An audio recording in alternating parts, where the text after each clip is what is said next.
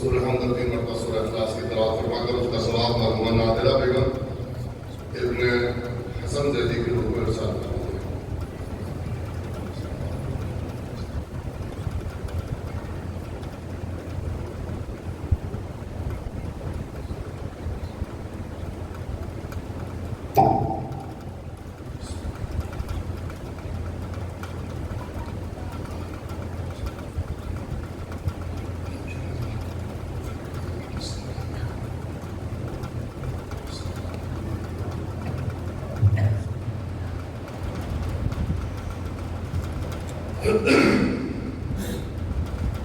أعوذ بالله السميع العليم من الشيطان اللعين الرجيم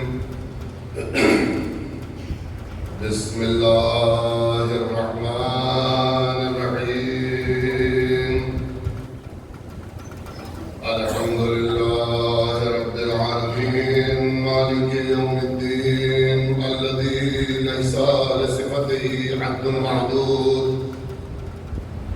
ولا نعت موجود ولا أجل ممدود ولا وقت معدود هو الذي فطر الخلائق بقدرته ونشر الرياح برحمته ووتد بالصخور ميدان أرضه الصلاة والسلام والتحية والإكرام على رسول الثقلين مولى الكونين جد الحسن والحسين أبي القاسم محمد ثم الصلاة والسلام والتحية والإكرام على آله الطاهرين الذين أذهب الله عنهم الرجس وطهرهم تطهيرا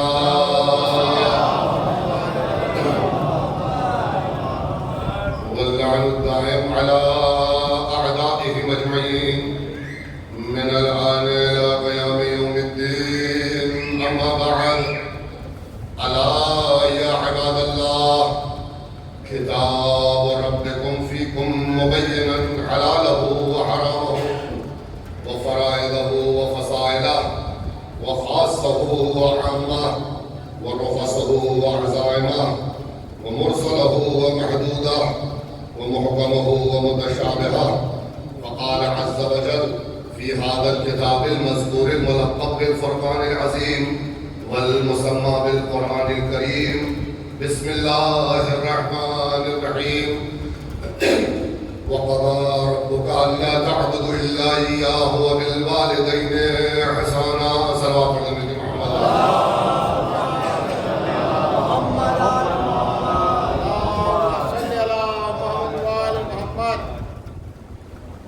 حاضر گرامی قدر محترم سامعین حضرات ماتمداران مظلوم کربلا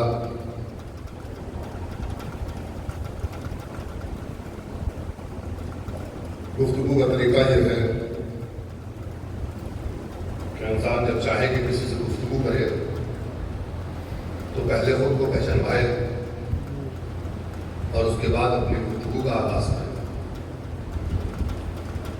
میں پروردگار سے آپ تمام حضرات کی سلامتی اور خوش نصیبی کی دعا کرتے ہوئے اپنی گفتگو کا آغاز کر رہا ہوں۔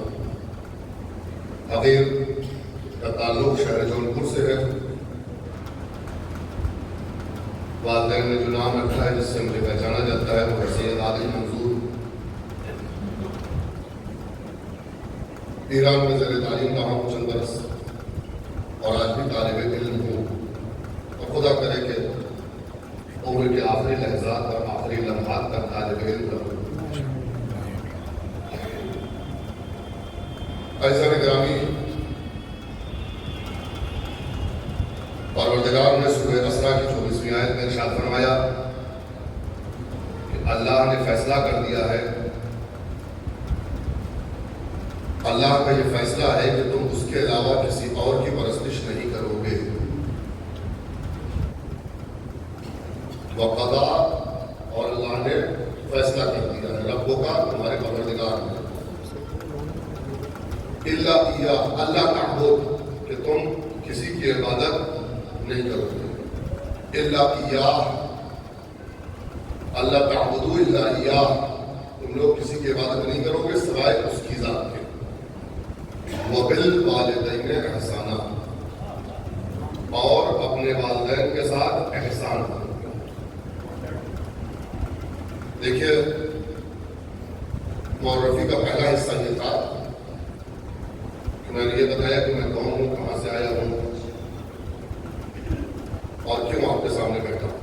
دوسرا حصہ یہ ہے کہ پوری مجلس میں اگر آپ ایک بھی نعرہ نہیں لگائیں گے تو چلے گا نہیں، ایک بھی نعرہ نہیں لگائیں میری صحت پہ کوئی فرق نہیں پڑتا، اترنے کے بعد وزن بڑھیے گا انشاءاللہ اتنا ہی ہوئے گا۔ نعرے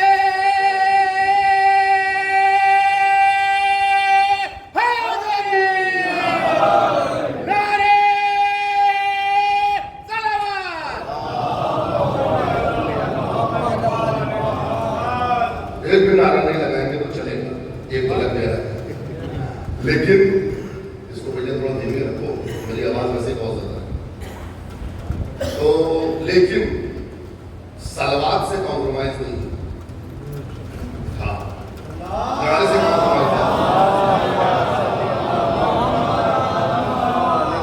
صلوات سے کمپرومائز نہیں ہے۔ کیوں کمپرومائز نہیں ہے؟ اس لیے کہ اگر آپ باہر بھی سبیل لگائیں گے، مثال کے طور پر ایک کام ہے سبیل لگانا، ایک عبادت ہے، اچھا کام ہے، یا روڈ پر چلے جائیے کمبل بانٹنے لگیے، یا کوئی نیک کام کھانا کھلانے لگیے، لنگر لگا دیجیے، کھانا کھلانے لگیے غریبوں کو، اور ابھی آپ کو یہ احساس ہو جائے کہ بہت بڑا ادھیکاری یا بہت بڑا صاحب منصب یا بہت بڑا آدمی آ کر آپ کے ساتھ اس کام میں شریک ہونے والا ہے،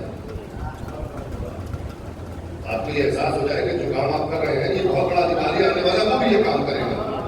دیکھیے آپ کے کام کرنے کا انداز بدل جائے گا، آپ کے اندر الگ سا جوش پیدا ہو جائے گا، الگ سا حوصلہ پیدا ہو جائے گا۔ فلاں صاحب آ رہے ہیں، آیت اللہ اور عظمیٰ سید علی سیستانی آ رہے ہیں، کیوں؟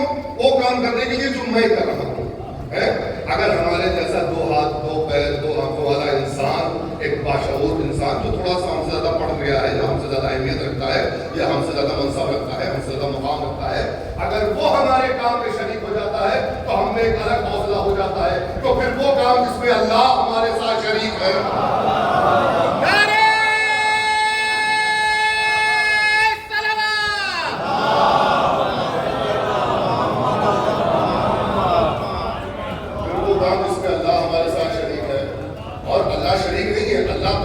کرتا ہے بعد میں ہمیں حکم دیتا ہے۔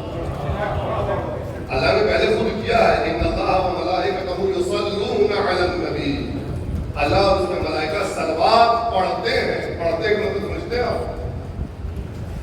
عربی میں تین طرح کا فعل ہوتا ہے، ماضی مضارع عام کو، ماضی کہتے ہیں پاسٹ ٹینس کو، مضارع میں فیوچر ٹینس بھی آتا ہے اور پریزنٹ ٹینس بھی آتا ہے، دونوں جو ہے مضارع میں آتا ہے، اور امر آتا ہے آرڈر کو، یہ کرو، یا ایھا الرسول بلغ، سناؤ، پہنچاؤ، یہ کام کر کے آؤ، جسے کہتے ہیں امر، آرڈر۔ یہ جو مضارع ہے نا، اس کی ایک خاص حالت ہے، مضارع اس فعل کو کہتے ہیں جو پریزنٹ میں ہوتا رہتا ہے، پریزنٹ میں ہوتا رہتا ہے۔ اگر ایک بار اللہ صلوات بھیج کر معاملے کو ختم کر دیتا تو کہتا ہے ان اللہ صلی اللہ علیہ، ان اللہ صلی علی محمد، اللہ یا ان اللہ و ملائکتہ صلی علی محمد، اللہ اس کے ملائکہ نے صلوات بھیجی محمد پر، نہیں، اور اللہ کہہ رہا ہے ان اللہ و ملائکتہ یصلون علی، یصلون علی النبی۔ اے لوگوں سنو کہ میں اور میرے ملائکہ صلوات بھیجتے رہتے ہیں، بھیجتے رہتے ہیں۔ کب تک بھیجتے رہتے ہیں؟ جب محمد پیدا ہوئے تب تک، جوان ہوئے تب تک، بوڑھے ہو گئے تب تک، دنیا سے چلے گئے تب تک، کب تک صلوات بھیجتے رہتے ہیں؟ کہا تم نے دیکھا نہیں میں نے اسے رکھا کہاں پر ہے؟ اسے میں نے لا کر قرآن میں رکھا ہے، اب جب تک قرآن رہے گا صلوات چلتی رہے گی۔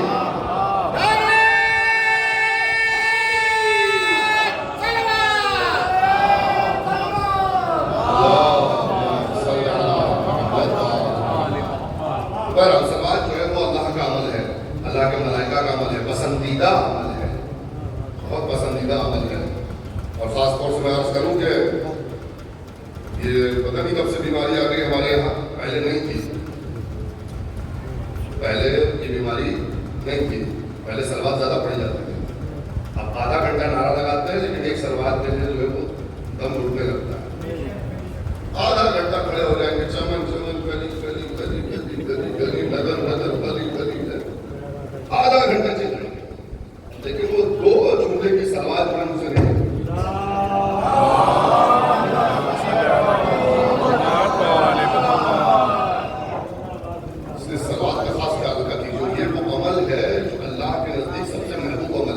شب معراج حضرت پیغمبر محمد مصطفیٰ صلی اللہ علیہ وسلم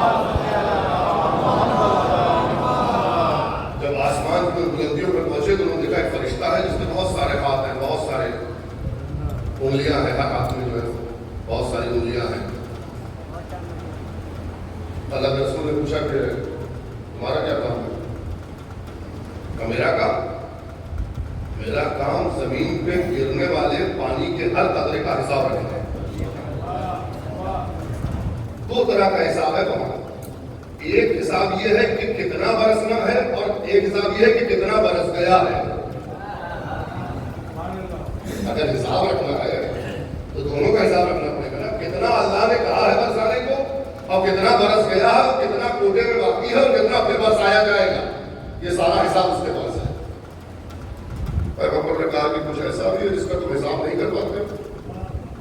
کہا بالکل. جب آپ کے چاہنے والے مل کر آپ پر صلوات پڑھنے لگتے ہیں،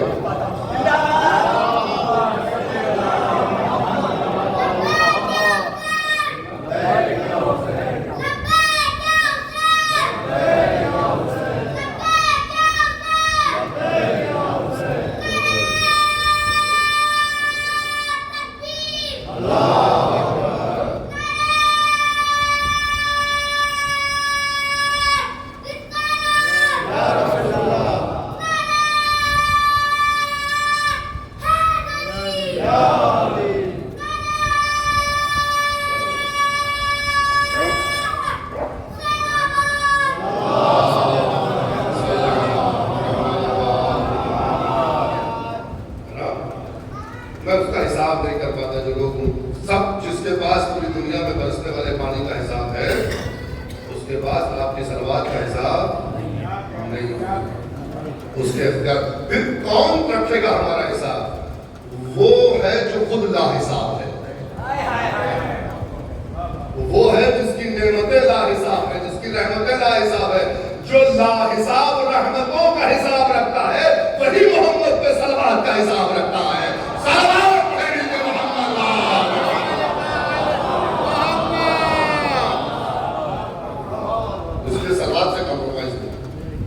مجلس ٹائم سے ختم ہو جائے گی اگر آپ صلوات پڑھتے رہیں گے، اور مجلس کہاں جائے گی اس کا مجھے پتہ نہیں ہے اگر آپ صلوات نہیں پڑھیں گے.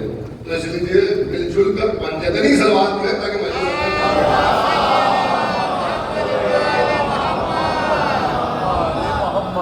وہ قضا ربک الا تعبدوا الا ایہ وبالوالدین احسانا. پروردگار نے اس آیت میں دو فیصلوں کا اعلان کیا ہے. پہلا فیصلہ کیا ہے؟ پہلا فیصلہ ہے اللہ کی پرستش. دوسرا فیصلہ کیا ہے؟ دوسرا فیصلہ ہے والدین پر احسان. اس کے آگے کی جو آیت ہے وہ اسی احسان کو ڈسکرائب کر رہی ہے، بیان کر رہی ہے، ڈیفائن کر رہی ہے کہ احسان کیسے ہوتا ہے. اسی احسان کو اس نے آگے ڈیفائن کیا. عرض کر دوں گا انشاءاللہ اگر وہاں تک پہنچ سکا تو. پہلے دو فیصلوں کی بات کریں. اللہ نے فیصلہ کیا ہے. اللہ کے فیصلے دو طریقے کے ہوتے ہیں.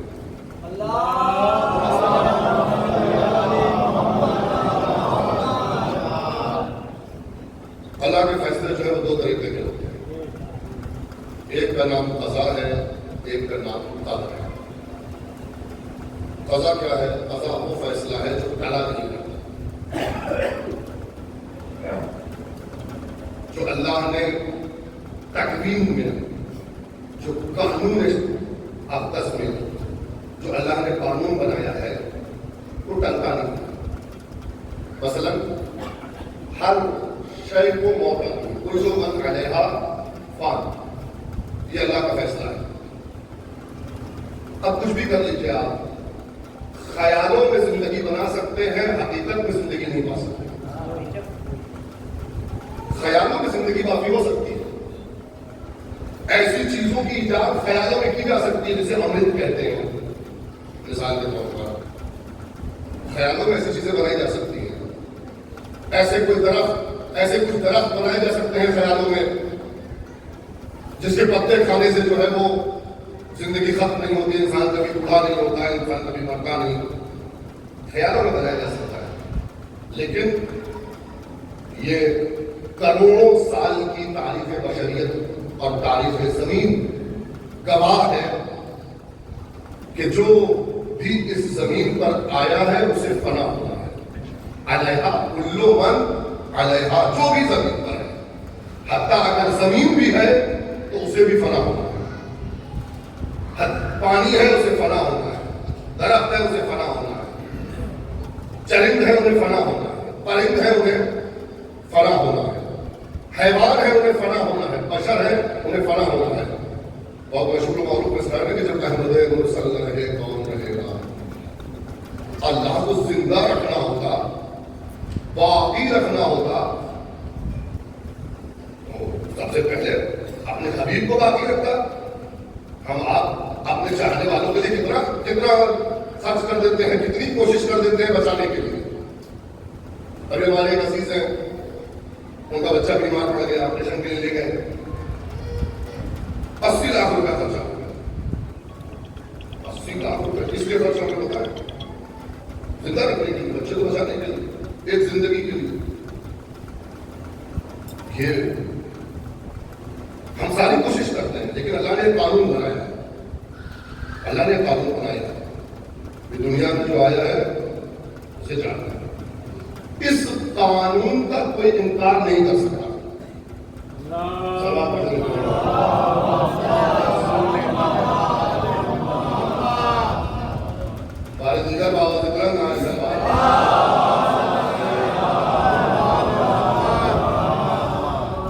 اللہ نے قانون بنایا ہے اور اس قانون سے کوئی باہر نہیں جا سکتا.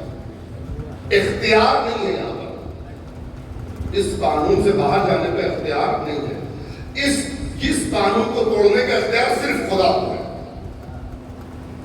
ہاں، اللہ نے قانون بنایا ہے کہ جب مرد اور عورت، جب زوجین کو ملایا جائے گا تو ایک نیا وجود دنیا میں آئے گا. جب زوجین کو ملایا جائے گا تو ایک نیا وجود، 122 کا قانون جو بنا ہے وہ اسی اس پہ بنا ہوا ہے. اب اس قانون کو کوئی توڑ نہیں سکتا. اس کی شکل بدلتے ہیں، اس کا ظرف بدلتے ہیں، لیکن اگر مصروف چاہیے تو اس میں مادہ اور مایا وہی رکھنا پڑے گا. بدن مادر کی جگہ ٹیسٹیو بیبی کر دے، لیکن اس میں کوئی اور چیز، مٹی ڈال کر کوئی وجود ہاتھ میں نہیں آئے گا. وجود اسی قانون کے تحت ہاتھ میں آئے گا جو اللہ نے بنایا. کاش یہ بات پہنچ جائے. وجود اسی قانون کے تحت ہاتھ میں آئے گا جو اللہ نے بنایا ہے. لیکن کمال ہے اس پروردگار کا، قانون بنایا ہے، ہمیں اس قانون کا پابند کیا ہے، اس سسٹم کا پابند کیا ہے، اور اس کے باوجود آدم کو مٹی سے بناتا ہے، عیسیٰ کو بلا باپ کے پیدا کرتا ہے. آدم کو مٹی سے بناتا ہے، آدم و حوا دونوں کو مٹی سے بناتا ہے. ہم نے کہا بھائی ہم بھی مٹی سے بنائیں گے، کہیں گے یہ ممکن نہیں ہے. آپ کو اس قانون کا پابند کیا گیا ہے. آپ کو اگر وجود چاہیے، آپ کو وسیلہ بنایا گیا ہے، خالق نہیں بنایا گیا. کاش یہ بات پہنچ جاتی. آپ کو وسیلہ بنایا گیا ہے، خالق نہیں بنایا گیا ہے. آپ کے اندر ایک طاقت رکھی گئی ہے، اس طاقت کے ذریعے سے اللہ ایک وجود کو وجود میں لانے کے لیے آپ کو وسیلہ بناتا ہے. اس کے علاوہ آپ کے لیے پیدا کرنے کا کوئی مقصد نہیں بچتا کہ آپ کو کسی اور کام کے لیے اللہ نے بنایا ہو، یا ایسی طاقت بھی ہو کہ آپ اس کے قانون کو توڑ سکے. تو جس قانون کو نہ توڑا جا سکے اسے قضا کہتے ہیں. جس قانون کو نہ توڑا جا سکے اسے قضا کہتے ہیں. اور جس قانون کا اختیار بندوں کے ہاتھ میں دے دیا گیا ہو، جس قانون کا اختیار بنانے کے بعد بندوں کے ہاتھ میں جس کا اختیار دے دیا گیا ہو، ایک ہے سسٹم اور ایک ہے قانون، لا۔ وہ قضا جو ہے وہ سسٹم ہے، کاز اینڈ ایفیکٹ کا سسٹم ہے قضا۔ وہاں علت اور معلول کاز اینڈ ایفیکٹ کا ایک بڑا سسٹم ہے جس کے اندر بدلاؤ ممکن نہیں ہے۔ لیکن جہاں قدر کی بات آتی ہے وہاں ایک لا ہے، وہاں ایک لا ہے۔ لا کیا کہتا ہے؟ لا بنا کر پہلے کتاب کی شکل میں اور پھر کتاب کے بعد کتاب پڑھانے والوں کی شکل میں۔ قد جاءکم من اللہ نور و کتاب مبین، تمہارے لیے اللہ کی طرف سے دو چیزیں آئی ہیں، ایک نور آیا ہے اور ایک کتاب مبین آئی ہے۔ تو پہلے کتاب کی شکل میں اور اس کے ساتھ ساتھ اس کتاب کو سمجھانے والے نور کی شکل میں، پڑھانے والے نور کی شکل میں ہمارے حوالے کر دیا گیا۔ یہاں پر اللہ کہتا ہے کہ ہم نے تمہیں راستہ بتا دیا، اِنَّا هَدَيْنَاهُ السَّبِيلَ، ہم نے تمہیں راستہ سمجھا دیا، ہم نے تمہیں قانون بتا دیا ہے، اِمَّا شَاكِرٌ وَإِمَّا كَفُورٌ، چاہو تو شکر کر لو، چاہو تو کر لو۔ یہاں آپ کو اختیار دیا اللہ نے، یہاں آپ کو اختیار دیا، اختیار دیا ہے کہ اذان کا وقت ہو گیا ہے، نماز پڑھنے چاہیے یا مت چاہیے۔ کسی کے پیچھے اللہ نے فرشتہ ڈنڈا لے کر نہیں لگایا کہ جیسے اذان کا وقت ہو دو چار فرشتے ہوئے ڈنڈے لے کر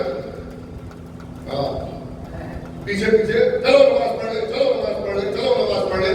اصل میں اگر ہٹا کر لے جانا ہوتا کسی راستے پر تو حیوان کافی تھے، انسان کیوں بنائے جاتے ہیں؟ اگر ہٹا کر کسی راستے پر لے جانا ہوتا تو حیوان کافی تھے بھیا، بکری چرا لیتے، دو چار فرشتے لگا دیتے، بکریوں کو ادھر لے جاتے ادھر لے آتے۔ یہی طاقت جو سجدہ کرنے کی اللہ نے آپ کو دی ہے، یہی طاقت سجدہ کرنے کی جانوروں کو مل جاتی۔ جو تسبیح تو سبھی کرتے ہیں، سجدہ کرنے کی طاقتیں مل جاتی۔ یسبح للہ ما فی السماوات و ما فی الارض، جو کچھ زمین و آسمان میں ہے وہ اللہ کی تسبیح کرتے ہیں۔ تو یہ جو خاص 5 ٹائم کی نماز عبادت والی ہے، یہی طاقت ان کو بھی مل جاتی۔ کیا پریشانی تھی اللہ کے لیے؟ نہیں، اللہ نے تو فرشتوں سے کہا یہی تھا کہ میں ایسی چیز بنا رہا ہوں کہ تم دیکھو گے جس کو میں جانتا ہوں تم نہیں جانتے، میں اس کو اختیار دوں گا۔ اِنَّا هَدَيْنَاهُ، اب تک فرشتوں کے پاس اختیار نہیں، فرشتوں کے پاس اختیار نہیں۔ اللہ نے جو فرشتے خلق کیے ہیں، جس حالت میں جنہیں خلق کیا ہے وہ اسی حالت میں باقی ہے۔ امر کی حالت میں پیدا کیا اللہ نے فرشتوں کو، اللہ نے فرشتوں کو امر کے پیدا میں خلق کیا ہے۔ جس کو تسبیح کے لیے پیدا کر دیا وہ تسبیح کر رہا ہے، جس کو تمہید کے لیے پیدا کر دیا گیا وہ تمہید کر رہا ہے، جس کو حمد کے لیے پیدا کیا وہ حمد کر رہا ہے، جس کو تکبیر کے لیے پیدا کیا وہ تکبیریں کہہ رہا ہے۔ اللہ ان کے یہاں کوئی چینجنگ نہیں، کوئی خواہشات نہیں ہے، ان کے یہاں کوئی آرزویں نہیں ہیں۔ اب یہ الگ چیپٹر ہے، میں اس کو بھی فی الحال چھیڑنا نہیں چاہتا ہوں، چھیڑ بھی نہیں سکتا اس ایک مجلس میں کہ فرشتوں نے کیوں کہا کہ پروردگار تو جسے بنا رہا ہے وہ زمین پر خوریزی کرے گا، وہ زمین پر فساد کرتا، کیوں کہا فرشتوں نے؟ یہ پورا ایک چیپٹر ہے۔ یہ وہی ہے جو فرشتوں نے دیکھا تھا زمین پر، یہ وہی ہے جو فرشتوں نے زمین پر اس سے پہلے دیکھا تھا۔ کس شکل میں دیکھا تھا، کیسے دیکھا تھا؟ نسناس تھے، خناس تھے، ورناس تھے، جو بھی تھے، ٹھیک ہے، تھے یہی لوگ جنہوں نے زمین پر خوریزی کیا، ظلم مچایا۔ اللہ نے کہا نہیں، اس میں جو دیکھ رہا ہوں وہ تم نہیں دیکھ رہے ہو۔ بتائیے تاریخ بشریت میں جو فرشتوں نے کہا وہ صحیح ہوا یا غلط؟ بتائیے، فرشتوں نے جو کہا تھا وہ صحیح ہوا یا غلط؟ بھائی فیصلہ تو اکثریت پہ لگتا ہے نا، فیصلہ تو اکثریت پہ ہوتا ہے نا۔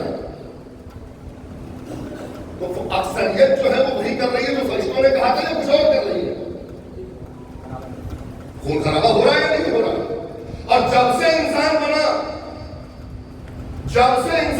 تب سے لے کے آج تک جب صرف 2 بچے تھے، حابیل اور قابیل، تب بھی ایک نے ایک کو مار دیا، قابیل نے حابیل کا قتل کر دیا۔ تو اس زمانے سے لے کر آج تک خون خرابہ ہو ہی رہا ہے۔ فرشتوں سے اللہ نے یہ نہیں کہا, توجہ چاہتا ہوں, بس ایک جملہ دے کر یہاں سے بڑھ رہا ہوں بات, میں اس کو چھیڑ نہیں سکتا. فرشتوں سے اللہ نے یہ نہیں کہا کہ نہیں جیسا تم کہہ رہے ہو ویسا نہیں ہوگا, یہ نہیں کہا, بالکل یہ نہیں کہا. فرشتوں سے اللہ نے کہا جو میں جانتا ہوں وہ تم نہیں جانتے. محبوب تو کیا جانتا تھا؟ ایسی کون سی چیز تھی جس کا تجھے علم تھا, جس کے لیے تمہیں فرشتوں کی دعوت کو دبا دیا, فرشتوں کی اٹھتی ہوئی آواز کو خاموش کر دیا. کہا علم یہ تھا کہ جب میں انہیں اختیار دے دوں گا, جب میں انہیں عمل کا اختیار دے دوں گا, تو ان میں سے کچھ وہ ہوں گے جو فرعون بنیں گے, نمرود بنیں گے, حامان بنیں گے, شداد بنیں گے, لیکن انہی میں سے کچھ قلیل ایسے ہوں گے جو خلیل بنیں گے, جن کی حیبت کلیم اللہ کہلائے گی, جو کہیں خلت کے تاج پہنیں گے, جو کہیں نبوت پر فائز ہوں گے, جو کہیں امامت پر فائز ہوں گے. اور جب بڑھتے بڑھتے زمین کی سرحدوں سے نکلیں گے تو آسمان کی سرحدوں پہ اس جگہ سے نکل جائیں گے جہاں سے ید الملائکہ کے قدم رک جاتے ہیں, اس کے بڑھ جاتے ہیں. صلوات مجھے ملتے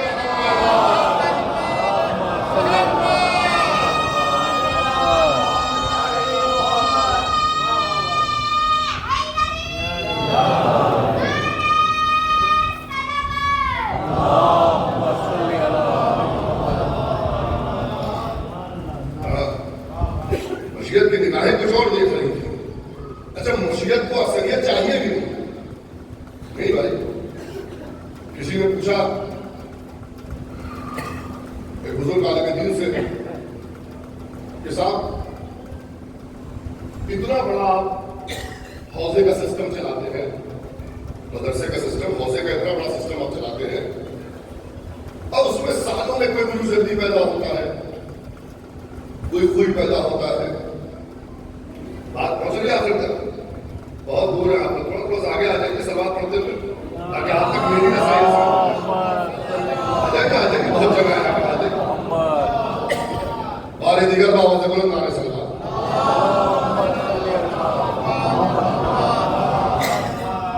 سالوں میں کوئی ہلدی بنتا ہے, سالوں میں کوئی شیخ پوسی بنتا ہے, سالوں میں کوئی خمینی بنتا ہے, سالوں میں کوئی خامنئی بنتا ہے. اتنا بڑا سسٹم آپ چلا رہے ہیں, سیستانی بنتا ہے, مرزا شیرازی بنتا, سالوں میں برسوں گزر جاتے ہیں, برسوں گزر جاتے ہیں, جب کوئی ایک ایسا پیدا ہوتا ہے. کیا فائدہ ایسا سسٹم چلانے کا؟ آؤٹ پٹ کیا ہے؟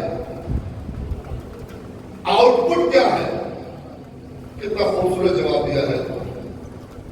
کہتے ہیں کہ اللہ نے لاکھوں سالوں کا سسٹم اس لیے بنایا تھا, لاکھوں برسوں کا سسٹم اس لیے بنایا تھا کہ کوئی ایک محمد عربی پیدا ہو, کوئی ایک محمد عربی پیدا ہو, کوئی ایک علی ابن ابی طالب ہو جائے, کوئی ایک حسین ابن علی جیسا ہو جائے. اتنا بڑا سسٹم اللہ نے کیوں بنا؟ صرف اس لیے اللہ کو کوانٹٹی چاہیے کہ اللہ تو پہلے قرآن میں کہہ کے جا رہا ہے وَخَلِيلٌ مِّنْ عِبَادِيَ الشَّكُورُ, میرے شکر کرنے والے بندے تھوڑے ہیں. بس دعوت اس بات کی ہے کہ آپ تھوڑے میں ہی شامل ہو جاؤ تاکہ تم میں اپنی عبدیت میں داخل کروں اور اس کے بعد اپنی جنت تمہارے حوالے کر دوں. صلوات پڑھیں مل کے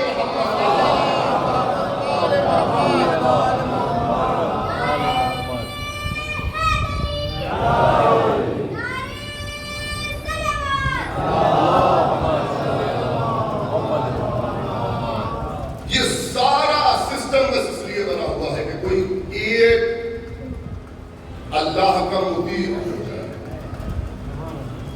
اللہ نے کہا ہے کہ سارے کے سارے میرے مطیع ہو جائیں گے. حالانکہ یہ آرزو ہی نہیں, اللہ نے چاہا ہی نہیں, کہ کبھی یہ مدعا رکھا ہی نہیں کہ سب کے سب جو ہے وہ اچھے ہو جائیں گے. اللہ نے اس مدعے کو کبھی چھیڑا نہیں. پورے قرآن اٹھا کے دیکھ لیجیے, کہیں ایک بار بھی کہا کہ سارے بندے نجات پا جائیں. قلیل میرے والے شکر, میرے تھوڑے سے بندے شکر کرنے والے. قدر کا سسٹم ایسا ہے. اللہ نے سسٹم بنا دیا, قانون ہمارے حوالے کر دیا. اب جب قانون ہمارے حوالے کر دیا, قانون داں ہمارے حوالے کر دیا, قانون پر عمل کرنے والا ہمارے حوالے کر دیا, ہاں یہ سمجھ لیجیے دنیا کا کوئی سسٹم قانون کو ہمارے حوالے کر سکتا ہے, قانون داں کو ہمارے حوالے کر سکتا ہے, لیکن اس قانون پر عمل کر کر دکھلانے والے ہمارے حوالے نہیں کر سکتا. اور آپ اکثر و بیشتر یہ دیکھیں گے کہ جو قانون والے ہیں وہی قانون پہلے توڑتے ہیں. جو صاحب قانون ہیں، جن کو قانون والا بنایا گیا ہے، جنہیں قانون کا رکھوالا بنایا گیا ہے، اکثر و بیشتر قانون ان کے پیروں تلے پائمال ہوتے ہیں. جو طاقت پہ آ جاتے ہیں، جو پاور میں آ جاتے ہیں، اکثر و بیشتر قانون ان کی طرف سے توڑے جاتے ہیں. یہ دنیا کا ماڈل ہے جہاں قانون والے قانون کو پیر تلے روکتے ہیں، اور قانون غریبوں کے لیے، محتاجوں کے لیے، پاسماندہ لوگوں کے لیے، ضرورت مند لوگوں کے لیے، اسیروں کے لیے، یتیموں کے لیے، مسکینوں کے لیے، بیواؤں کے لیے، بے کسوں کے لیے، ان کے لیے قانون ہوتا ہے. ثروت مند کے لیے کوئی قانون نہیں ہے. ایسا ہی ہے نا؟ ثروت مند کے لیے کوئی قانون ہے؟ کوئی قانون نہیں ہے. پاور والے کے لیے کوئی قانون نہیں. جب تک اس کا پاور ہے تب تک کوئی قانون نہیں ہے. ہاں یہ الگ بات ہے، ایک دن اس کا پاور ختم ہو جائے گا اور پھر وہی سارے قانون جو وہ توڑ رہا تھا وہ اس کے سر پہ لاد دیے جائیں گے. یہ ایک الگ بات ہے. لیکن جب تک وہ پاور کرے گا اس کے لیے کوئی قانون نہیں. جب تک وہ قانون کا محافظ رہے گا تب تک اس کے لیے کوئی قانون نہیں ہے. جب تک وہ حاکم رہے گا، جب تک وہ قاضی رہے گا، تب تک اس کے لیے کوئی قانون نہیں. ہاں جب وہ اس سسٹم سے باہر آ جائے گا، عام آدمی کی طرح ہو جائے گا، اس کے لیے قانون ہو جائے گا.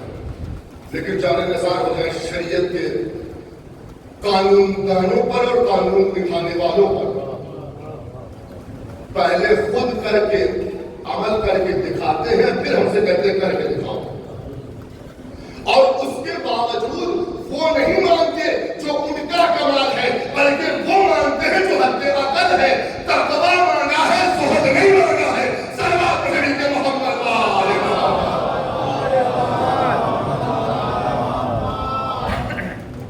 ہم سے وہ مانگا ہے جو سب سے قانون کی پیروی کا جو سب سے نچلا درجہ ہے نا، یعنی واجبات. قانون کی پیروی کے 3 درجے ہیں. میں جلدی سے بات کہتا ہوں تاکہ بات ختم ہو جائے. قانون کی پیروی کے 3 درجے ہیں. پہلا ہے واجبات پر عمل اور محرمات سے پرہیز. یہ ہے تقویٰ. یہ پہلا حصہ یہ ہے قانون کی پیروی کا. اس سے نیچے جائیں گے تو پھر قانون کے مخالف ہے، مجرم ہے. اگر اس سے نیچے چلے گئے تو پھر ہم مجرم ہیں. کم سے کم مجرم نہ ہونے کے لیے ضروری ہے کہ واجبات پر عمل کیا جائے اور محرمات سے پرہیز کیا جائے. یہی قانون کا پہلا اسٹیپ ہے، پہلا قدم ہے قانون فالو کرنے کا. حد عقل ہے یہ. اللہ نے قرآن میں یہی مانگا ہے، اتقو اتقو اتقو. یہ جو تقوی کا اعلان بار بار ہو رہا ہے احادیث و قرآن میں، یہ اسی لیے ہو رہا ہے. اس کے ایک قدم اوپر دوسری کیفیت ہے قانون کی، دوسرا اسٹیپ ہے، دوسرا لیول ہے قانون فالو کرنے کا. وہ کیا ہے؟ وہ ہے ورع، یعنی واجبات پر عمل اور ساتھ ساتھ مستحبات پر پرہیز اور مکروہات سے محرمات سے پرہیز اور ساتھ ساتھ مکروہات سے بھی پرہیز، مکروہ چیزوں سے بھی پرہیز. یہ ایک درجہ اوپر ہے، اسے ورع کہتے ہیں. اس سے ایک درجہ اوپر ہے زہد. زہد میں عمل تو واجبات اور مستحبات پر ہی ہوتا ہے، لیکن جب ترک کرنے کا معاملہ آتا ہے تو محرمات بھی ترک کر دیے جاتے ہیں، مکروہات بھی ترک کر دیے جاتے ہیں اور مفضولات بھی ترک کر دیے جاتے ہیں. مفضولات ترک کرنے کا نمونہ اکثر آپ کے سامنے پڑھا جاتا ہے، آپ نے کبھی غور نہیں کیا ہوگا. کہتے ہیں جب امیر المومنین کے سامنے بیٹی نے دسترخوان لگایا، 2 غذا دیکھی تو کہا بیٹی کیا مجھے کبھی 2 کھانا کھاتے ہوئے دیکھا ہے؟ ایک چیز اٹھا لو. بیٹی نے نمک اٹھانا چاہا، کہا دودھ اٹھا لو. یہ علی ابن ابی طالب ہے جو زہد کی منزل پر فائز ہے، لیکن اپنے چاہنے والوں سے یا ورع مانگتا ہے یا تقویٰ مانگتا ہے. صلوات نبی کے محمد.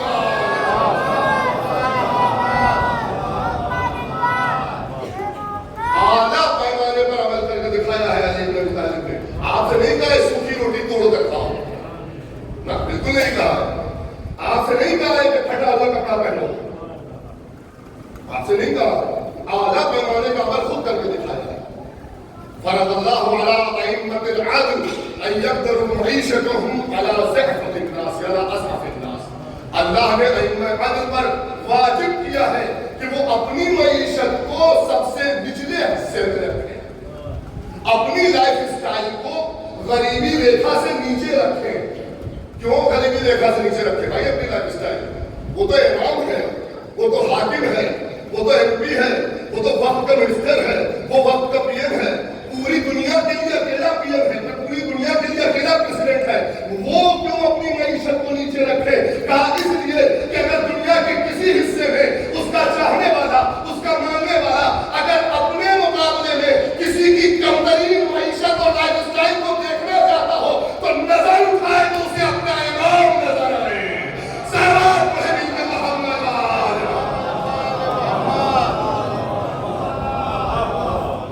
نگاہ اٹھائے تو اسے اپنا امام نظر آئے. تو یہ ہے قدر جہاں اللہ نے اختیار دیا ہے, چاہو تو کرو اور چاہو تو پامال کرو. اب کرو گے تو میں تمہیں کیا دوں گا, اور نہیں کرو گے کرو پر بھائی کوئی نہیں. یہ بھی تیسرا پہلو ہے اس مسئلے کا. قانون کا سب دیتا ہے, قانون کا سب دیتا ہے, قانون کی کتاب سب دیتا ہے, لیکن اس قانون پر عمل کر کے دکھلانے والے نہیں ہیں. دوسرا, جو صاحب قانون ہوتے ہیں ہمیشہ وہ قانون کو پامال کرتے ہیں. تیسرا مرحلہ یہ آ جاتا ہے کہ جب قانون ہمارے حوالے کر دیا گیا, جب شریعت ہمارے حوالے کر دی گئی, تو ہم اس کی پاسبانی کیسے کریں, ہم اس کا تحفظ کیسے کریں؟ اس کی ذمہ داری بھی قانون والوں پر رکھی گئی ہے. ان کے رتبے ایسے ہی خاص نہیں ہیں. جب قانون کی پابندی کا مرحلہ آ جائے تو سب سے پہلے امام عدل کھڑا ہوتا ہے. اب امام عدل کی پیروی میں مومنین کھڑے ہوتے ہیں, اور جب تک امام عادل نہ کھڑا ہو تب تک مومنین پہ سے بھی وظیفہ ثابت ہے. جب تک امام عادل نہ کھڑا ہو تب تک مومنین پہ سے وظیفہ ثابت ہے. یہ سب فارمولے ہیں بہرحال. تو قضا اور قدر, اتنی دور کی مجلس میں آپ کی یہی بات ختم ہو گئی کہ قضا کیا ہے اور قدر کیا ہے. قضا وہ حتمی فیصلہ ہے جو بدلے گا نہیں. اللہ نے کہا میں نے فیصلہ کر لیا ہے کہ تم کسی اور کی عبادت نہ کرو. اب اس فیصلے کے دو رخ ہیں, اس فیصلے کے دو رخ ہیں. پہلا رخ ہے قضا. پہلا رخ کیا ہے؟ قضا والا ہے. یعنی اللہ نے یہ فیصلہ کر لیا ہے کہ اس کے علاوہ کوئی قابل پرستش نہیں ہے. دیکھیے بات کو سمجھیے گا. اللہ نے یہ فیصلہ کیا ہے کہ اس کے علاوہ کوئی قابل پرستش نہیں ہے. یعنی اب اگر تم کسی کا سجدہ کرو گے تو وہ سجدہ حرام مانا جائے گا, حلال نہیں مانا جائے گا. کاش بات پہنچ گئی ہوتی. اب یہ سجدہ موسیٰ کے زمانے میں گوسالہ سامری کا ہو یا ہمارے زمانے میں سلجنا کے آگے ہو, دونوں ہی حالت میں نہ وہاں جائز تھا نہ یہاں جائز ہے. صلوات پڑھے مل کے محمد.